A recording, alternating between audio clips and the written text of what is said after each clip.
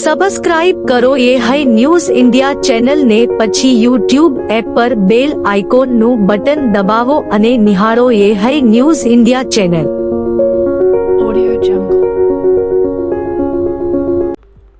બનાસકાંઠા જિલ્લાના અંતરિયાળ ગામડાઓમાં ખેડૂતો ધોમધકતા તાપ સિંચાઈ માટે પાણી આપવાની માંગ કરવામાં આવી રહી છે. ત્યારે દિયોદર, લાખણી, કાંકરેજ તાલુકાના ખેડૂતો સુજલામ સુફલામ કેનાલમાં પાણી છોડાવવા દિયોદર મામલતદાર કચેરી ખાતે એકઠા થયા હતા અને બાજરીના પાક પાણી વગર સુકાઈ જતા સૂત્રોચ્ચાર કરી પાણી છોડવાની માંગ સાથે આવેદનપત્ર પાઠવ્યું હતું.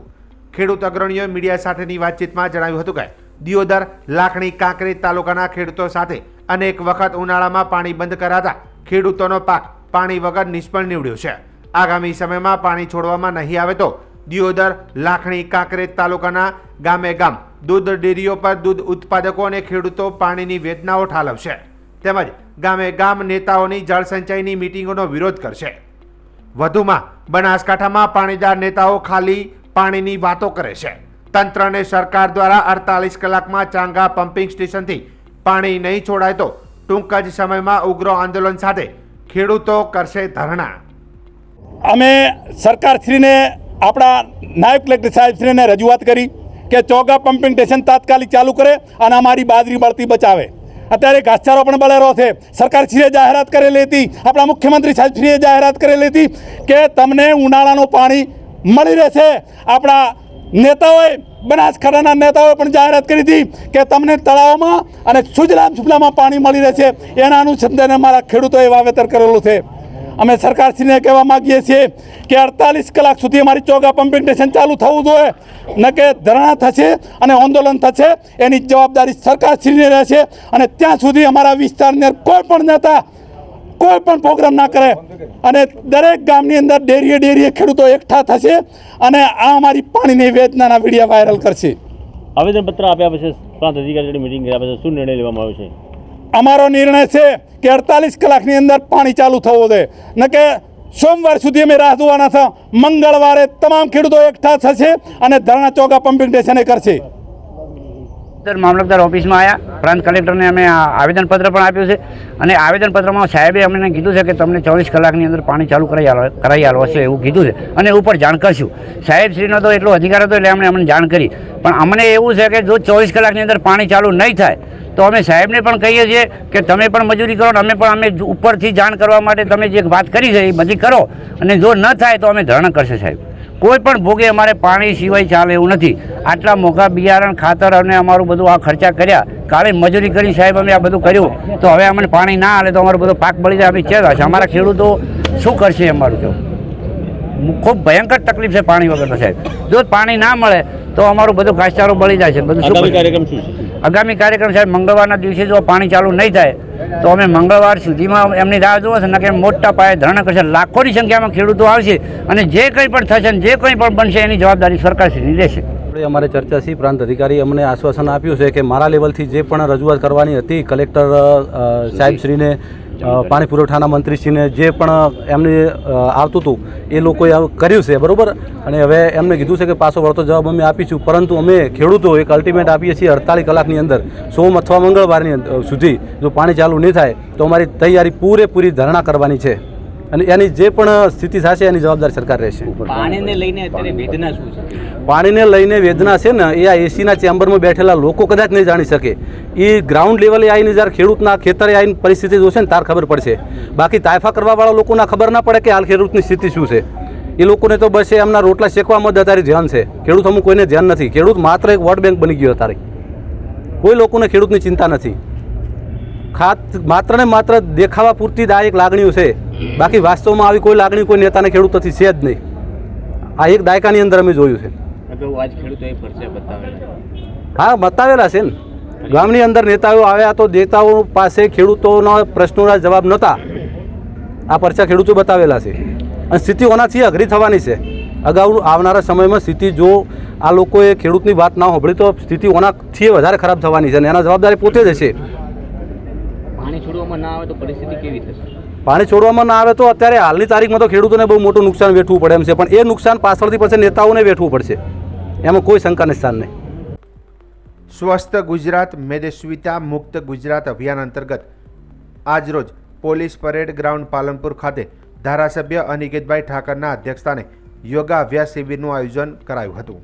યોગાભ્યાસ કાર્યક્રમમાં ધારાસભ્ય અનિકેત ઠાકરે જણાવ્યું હતું કે વડાપ્રધાન નરેન્દ્રભાઈ મોદીની પ્રેરણાથી યોગને આજે વિશ્વ સ્તરે સ્થાન મળ્યું છે। દર વર્ષે 21મી જૂને આંતરરાષ્ટ્રીય વિશ્વ યોગ દિવસની ધામધૂમથી ઉજવણી કરાય છે। ભારતીય પરંપરા અને સંસ્કૃતિને ઉજાગર કરવા સહિત યોગ થકી લોકો ફિટ બને છે। ગુજરાત સરકારે સ્વસ્થ ગુજરાત મેદસ્વીતા મુક્ત ગુજરાત અભિયાન શરૂ કર્યું છે, ત્યારે વધુમાં વધુ લોકો યોગ સાથે જોડાય તેમ ધારાસભ્યએ અપીલ કરી હતી। આપણા ગુજરાતના માનનીય નરેન્દ્રભાઈ મોદીએ જ્યારે યોગને વિશ્વ પટેલ ઉપર મૂક્યો ત્યારે વિશ્વ બંધુત્વની એક વિશેષ ભાવનાને ધ્યાનમાં લઈ અને આખા વિશ્વને ભારતીય સંસ્કૃતિ ભારતીય પરંપરા નું દર્શન આ યોગ દિવસ દ્વારા કરાયું। યોગના લાભો તમારા તમે બધા જાણો જ છો હવે, કારણ કે હવે આપણે 11મા વિશ્વ યોગ દિવસ ની ઉજવણીની તૈયારીઓ કરીએ છીએ। સાથે સાથે આ વર્ષે ગુજરાત સરકારે આદરણીય ભૂપેન્દ્રભાઈ પટેલ અને એમની સરકાર એમને મેદસ્વીતા વિરુદ્ધ ઓબેસિટી વિરુદ્ધ આખું એક આંદોલન છેડ્યું અને એ બીડું યુવક બોર્ડે સ્વીકારી અને આખું જ વર્ષ આ મેદસ્વીતા કેવી રીતે ઘટાડવી, મેદસ્વીતાના કારણે થતા વિવિધ શારીરિક રોગો શારીરિક તકલીફો એ ન થાય એની જે ચિંતા કરી એ પણ સવિશેષ આપણે સૌ ધ્યાનમાં રાખીએ। યોગના ઝોન કોઓર્ડિનેટર અજીતભાઈ પટેલે જણાવ્યું હતું કે 11મા આંતરરાષ્ટ્રીય યોગ દિવસની ઉજવણી થતાં સ્વસ્થ ગુજરાત મેદસ્વીતા મુક્ત ગુજરાત અભિયાન અંતર્ગત આજે પાલનપુર યોગમય બન્યું છે। યોગ થકી મનુષ્યના જીવનમાં માનસિક શારીરિક આધ્યાત્મિક અને રાજનીતિક સહિતના ફેરફારો જોવા મળે છે।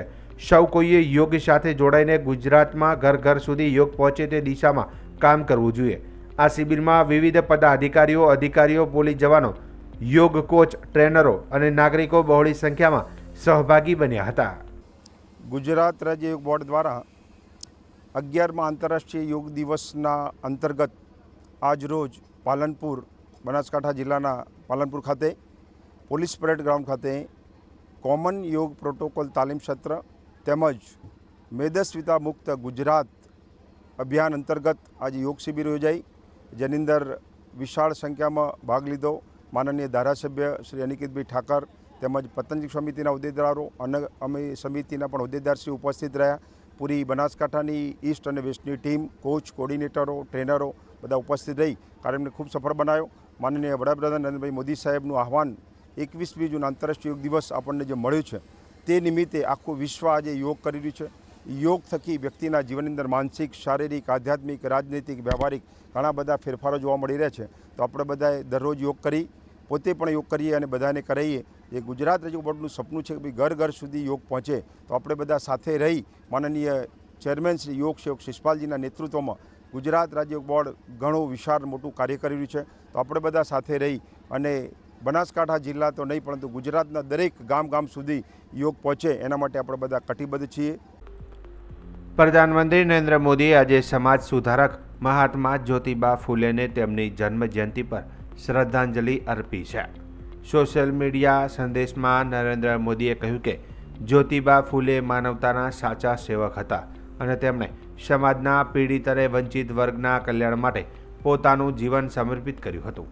નરેન્દ્ર મોદીએ ઉમેર્યું હતું કે દેશ પ્રત્યે તેમનું અમૂલ્ય યોગદાન દરેક પેઢીને પ્રેરણા આપતું રહેશે।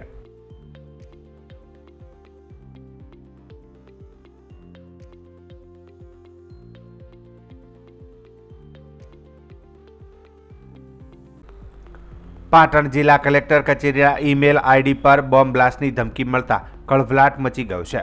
ધમકીના સમાચાર મળતા જ કલેક્ટર સહિત તમામ અધિકારીઓ અને કર્મચારીઓએ પોતાની શાખાઓ વિભાગો અને ચેમ્બરોમાંથી બહાર દોડી આવી કેમ્પસ ખાલી કર્યું। આખું કલેક્ટર કચેરી કેમ્પસ પોલીસે પોતાના કબજામાં લીધું હતું। સુરક્ષાના ભાગરૂપે બોમ્બ ડિસ્પોઝલ સ્ક્વોડને તાત્કાલિક ઘટનાસ્થળે બોલાવી તપાસ શરૂ કરવામાં આવી છે। પોલીસ અને સુરક્ષા ટીમો દ્વારા કેમ્પસની ઝીણવટભરી તપાસ હાથ ધરવામાં આવી રહી છે, જેથી કોઈપણ સંભવિત જોખમને ટાળી શકાય. આ ઘટનાએ સ્થાનિક વહીવટી અને નાગરિકોમાં ચિંતા ફેલાવી છે. હાલ પોલીસ ધમકીના ઈમેલની ઉત્પત્તિ અને તેની પાછળના હેતુઓની તપાસ કરી રહી છે. વધુ માહિતીની રાહ હાલ જોવાઈ રહી છે. એક ઈમેલ આવ્યું હતું કલેક્ટરના આઈડી ઉપર કે આ એક બોમ્બ થ્રેટ જેવું એમાં રાખ્યું છે. આજે 3 વાગે પહેલાં કે આઈડી બ્લાસ્ટની સંભાવના છે એમ કરીને એક અનોનિમસ ઈમેલ આઈડી હતો. થર્ડ પાર્ટી ડોમેનવાળા નથી, એક થર્ડ પાર્ટી એક ઈમેલ આવ્યું. આ એક બેસિક પ્રિકોશનરી છે કે કોઈ પણ એક SOP તરીકે બધાને ક્લિયર કરવી છે. હવે BDS આવે, બોમ્બ ડિટેક્શન સ્ક્વોડથી આપણા ક્લિયર કરવામાં આવે છે. આ બેસિક એક પ્રિકોશનરી મશીન આઈડેન્ટિફાઈ નથી કર્યું છે આઈડી બાબતે. કચેરીમાં 200થી ઉપર આપણા ધ્યાનમાં આવતા સાહેબ શું કોઈ વિગત પણ નથી એમાં કોઈ. પાટણ જિલ્લા કલેક્ટરને મળેલી બોમ્બની ધમકીને પગલે બનાસકાંઠા જિલ્લા વહીવટી તંત્ર સતર્ક બન્યું છે. સુરક્ષાને ધ્યાનમાં રાખીને પાલનપુર સ્થિત જિલ્લા કલેક્ટર કચેરી ખાતે બોમ્બ સ્ક્વોડ અને ડોગ સ્ક્વોડની ટીમ તાત્કાલિક પહોંચી ગઈ હતી.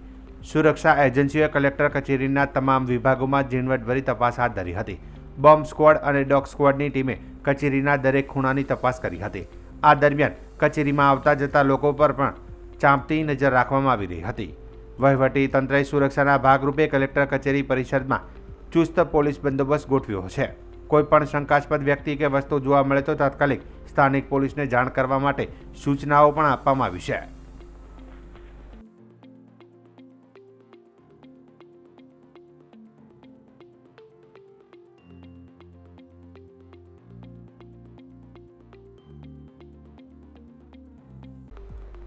સુરતના વેસુ વિસ્તારમાં આવેલી લક્ઝુરિયસ હેપી એક્સેલેન્સિયા બિલ્ડિંગના 8મા માળે શુક્રવારે સવારે અચાનક આગ ફાટી નીકળી હતી. આગે ઝડપથી વિકરાળ રૂપ ધારણ કર્યું અને 9મા, 10મા તેમજ 11મા માળ સુધી ફેલાઈ ગઈ હતી.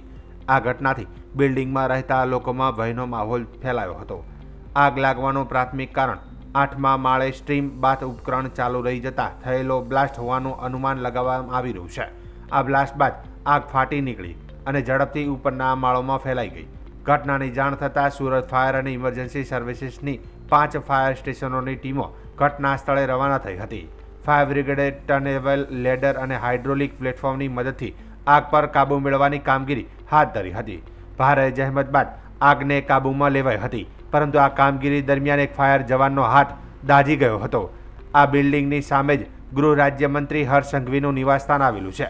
ઘટનાની જાણ થતાં તેઓ તાત્કાલિક ઘટનાસ્થળે પહોંચી ગયા હતા અને રેસ્ક્યુ ઓપરેશનની દેખરેખ રાખી હતી. તેમણે ફાયર વિભાગની ટીમો સાથે રહીને બચાવ કામગીરી ઝડપી બનાવવામાં મદદ કરી હતી.